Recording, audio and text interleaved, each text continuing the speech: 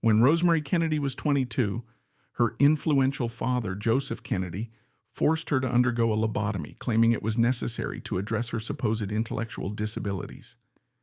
However, newly uncovered evidence paints an even darker picture.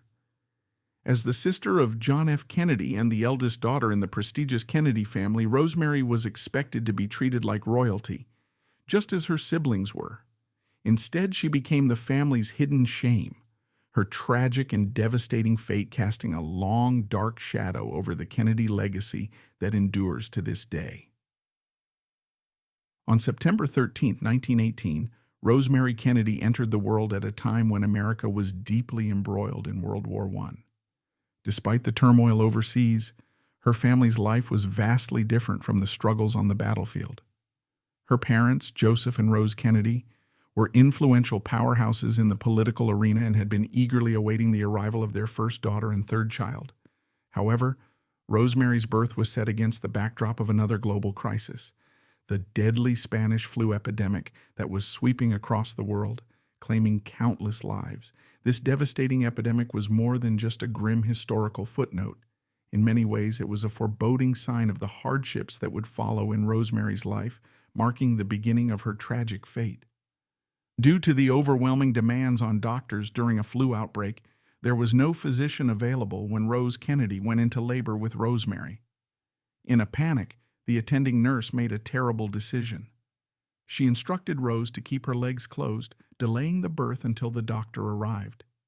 This decision had devastating consequences. For over 2 agonizing hours, baby Rosemary's head was trapped in the birth canal, cutting off her oxygen supply. Despite this traumatic start, the newborn was brought home to her influential family, and the Kennedys may have believed everything would turn out fine. But things were far from fine, as you might expect from the family that would later shape not only President John F. Kennedy but also Senators Robert and Ted Kennedy. The Kennedy parents held incredibly high expectations for their children. They demanded perfection in every aspect of their lives. So when Rosemary started to miss key developmental milestones and struggled to even crawl by the age of 2, the family was horrified. Obsessed with maintaining their flawless public image, the Kennedys made a heartbreaking decision. Instead of openly addressing Rosemary's difficulties and seeking the help she needed, they chose to keep her disability a closely guarded secret, effectively hiding her struggles from the world. Rose went on to have a total of 9 children, and as the years passed, the Kennedy dinner table filled with lively teenagers and the sharp, quick banter the family was known for. However, even in the middle of all this energy, Rosemary stood out, though not in the way her parents might have hoped. She often sat quietly, seemingly bewildered by the conversations that came so naturally to her siblings. Her personality was notably softer and more passive, contrasting with the dynamic, ambitious spirit of the rest of the Kennedys.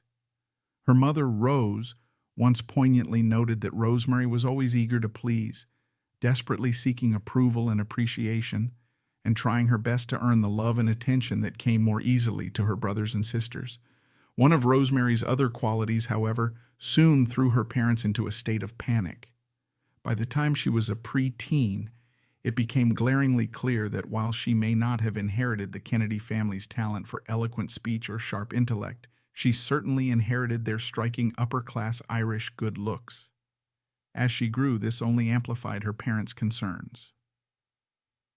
Rosemary's beauty, combined with her developmental challenges, presented a troubling dilemma for the image-obsessed Kennedys. The family was determined to shape her into the flawless debutante they envisioned, masking all signs of imperfection or disability. In a bid to maintain appearances, the Kennedys went to great lengths to fix Rosemary. They enlisted the help of private tutors, hoping that one-on-one instruction would help her overcome her struggles with reading and writing. Yet, despite their efforts, the tutors faced immense difficulty in teaching her even the most basic skills, further frustrating her parents. As Rosemary's beauty flourished in her early teen years, the family became more desperate to control how she was perceived. At the age of 15, when her physical beauty had begun to bloom, her parents made a drastic and heartbreaking decision. Fearing that her condition might tarnish the pristine Kennedy image and cause rumors to swirl, they shipped Rosemary off to a convent, There, away from the spotlight in high society, she would be hidden from the public eye, kept away from the pressures and expectations of the debutante world that the Kennedys had so meticulously crafted for their other children. Although Rosemary had previously attended boarding schools, her time at the Sacred Heart Convent in Rhode Island was a much different experience. Unlike before, her parents arranged for her education to take place completely apart from the other students. While they likely hoped that this individualized attention from the nuns would better support Rosemary's needs than a typical classroom environment, this setup also served another purpose. It kept her struggles hidden from public view. By isolating her, the Kennedys were able to maintain the family's pristine reputation while keeping Rosemary's challenges out of the spotlight. In 1938, Rosemary's parents pushed her into yet another overwhelming situation. Joseph Kennedy, the family patriarch, had just been appointed the American ambassador to the United Kingdom, and the Kennedys were rapidly ascending in terms of social and political influence. Riding high on their newfound status, Rose and Joseph made a bold decision for Rosemary. They insisted that she be presented as a debutante at the prestigious court of King George VI and his wife, Queen Elizabeth. This grand gesture was meant to further cement the family's standing in elite society, even though it placed immense pressure on Rosemary, whose struggles remained hidden behind the veil of the Kennedy family's ambition and image. One of the toughest challenges Rosemary faced was mastering the demanding rules of royal etiquette, especially given that she still struggled with reading and writing at a fourth-grade level. The pressure was immense as her parents insisted on nothing short of perfection when she was presented to the king and queen. In particular, Rosemary had to perform an intricate royal courtesy, a formal gesture that required precision and grace. Overwhelmed and anxious, she entered the event with all eyes on her, but in her nervousness, she nearly stumbled right in front of the monarchs. Fortunately, she managed to catch herself just in time, and the king and queen graciously pretended not to notice the close call. The following year, Rosemary accompanied her family to two significant events: the coronation of Pope Pius X in Rome and a visit to the White House. With these high-profile appearances, she was now officially recognized as a debutante. However, this new level of fame also presented serious challenges for the Kennedys. Society magazines were eager to feature Rosemary in their pages, but her parents were deeply concerned that any interviews might reveal her disabilities. To maintain the family's carefully crafted image, they allowed only a select few interviews for Rosemary, tightly controlling the information that was shared with the press to ensure her condition remained concealed. The Kennedys fabricated tales about Rosemary, claiming she was studying to become a kindergarten teacher and secretly dreamed of becoming a stage performer. In reality, these stories were just a smokescreen. By 1940, the public viewed Rosemary as a shining member of the Kennedy clan, blissfully unaware of the struggles she faced behind closed doors.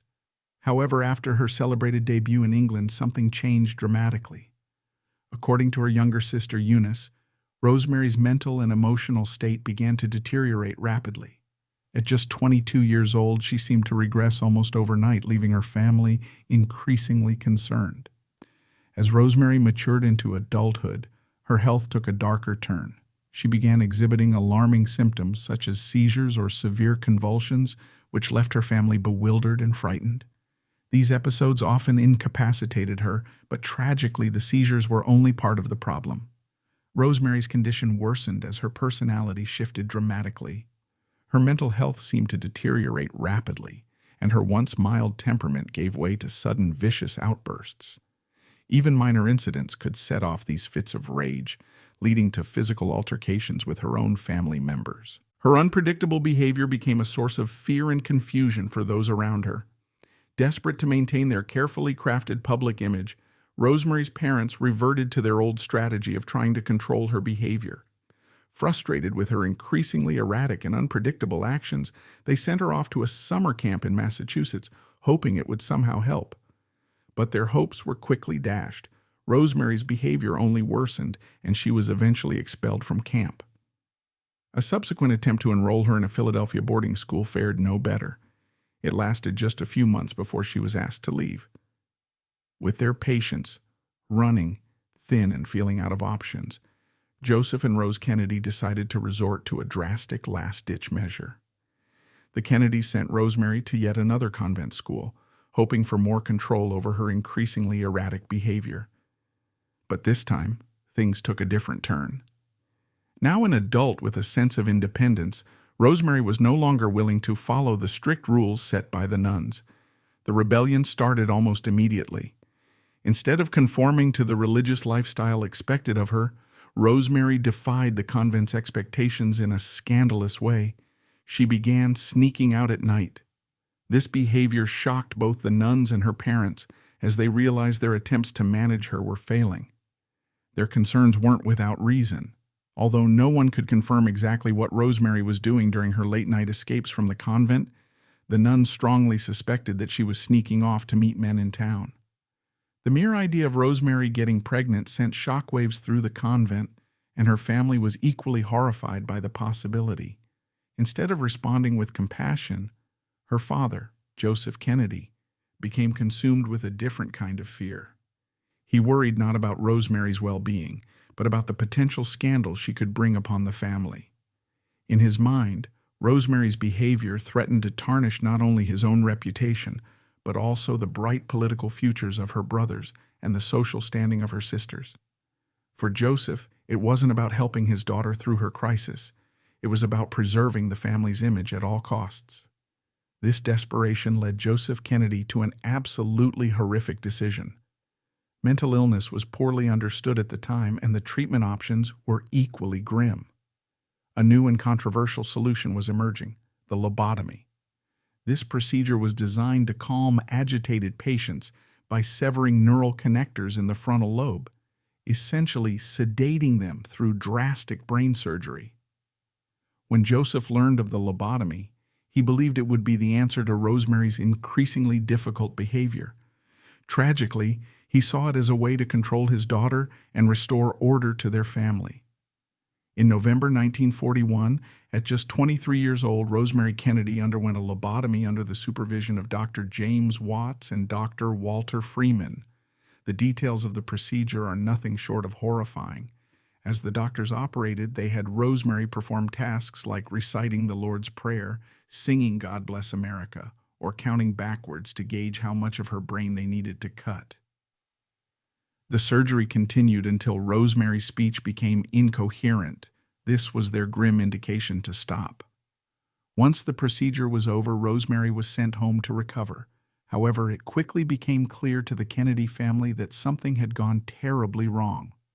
Rosemary entered the lobotomy procedure as a young woman prone to occasional outbursts of anger, but what emerged was a heartbreaking tragedy.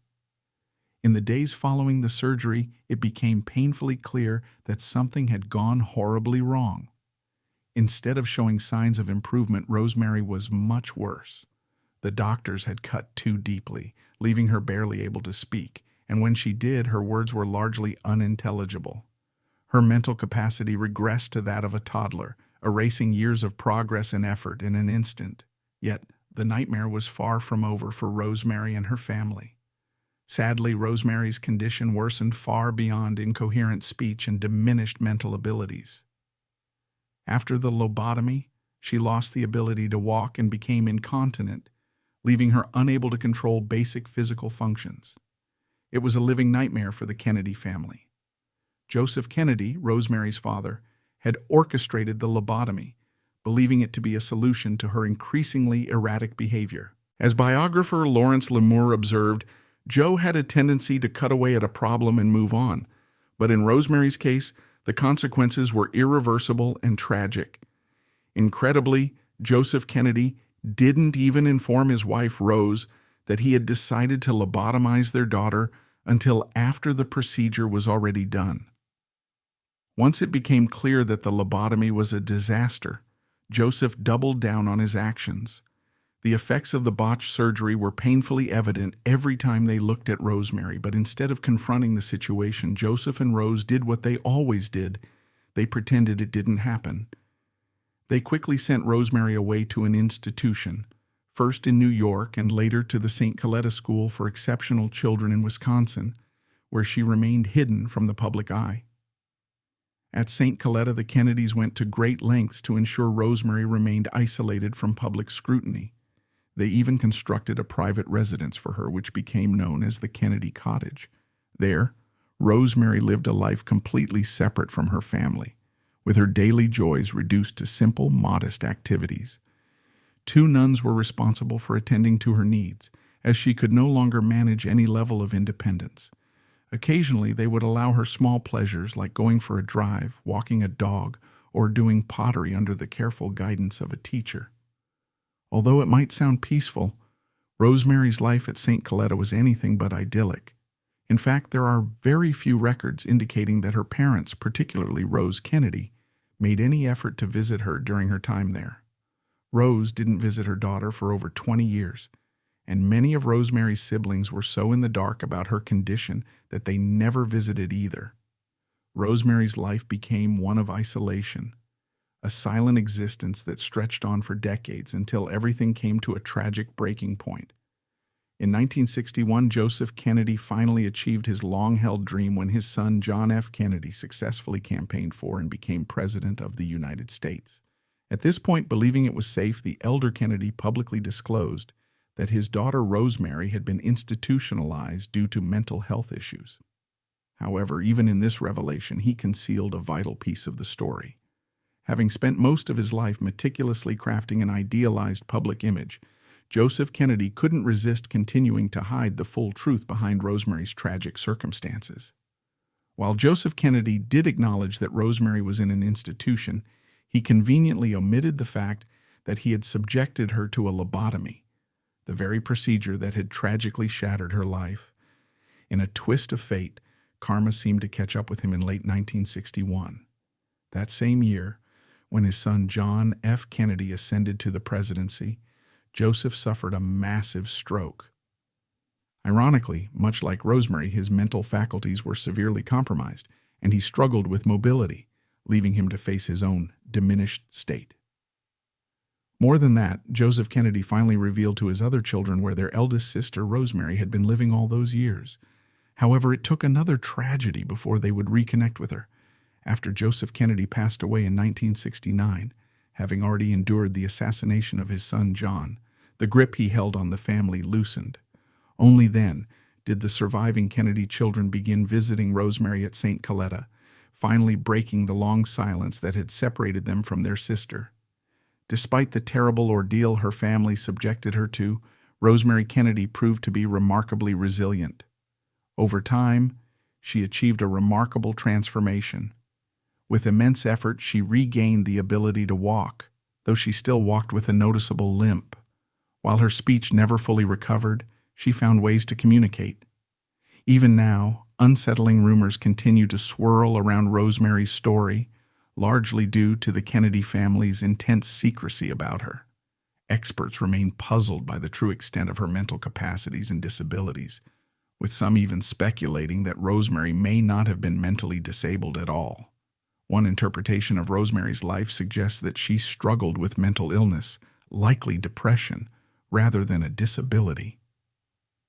Tragically, this distinction meant little to her ambitious parents, who were more focused on their own aspirations than on Rosemary's well-being. Even Dr. James Watts, one of the doctors who performed her lobotomy, later admitted that he didn't believe she had a mental disability. Watts himself subscribed to the notion that Rosemary's challenges were rooted in depression, highlighting the tragic misunderstanding and mistreatment she faced throughout her life.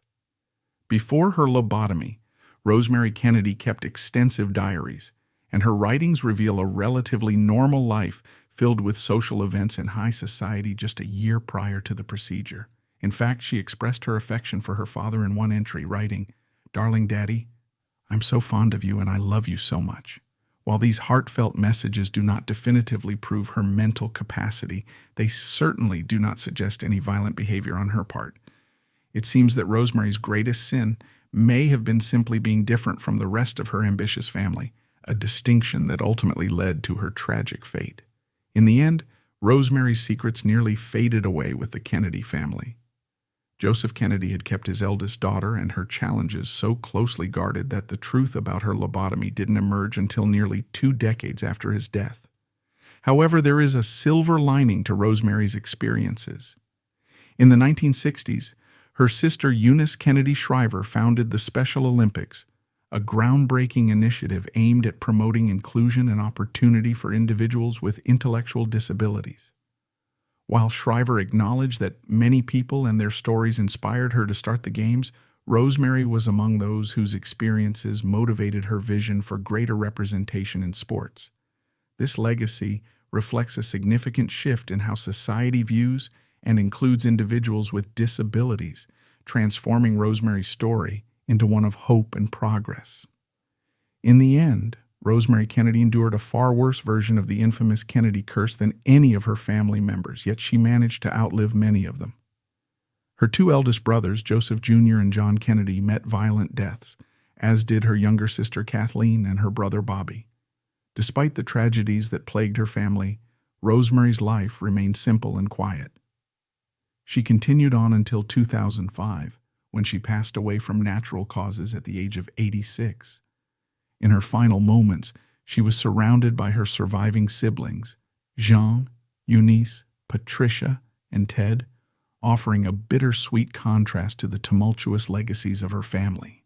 If you enjoyed this video, please give it a thumbs up and subscribe for more content.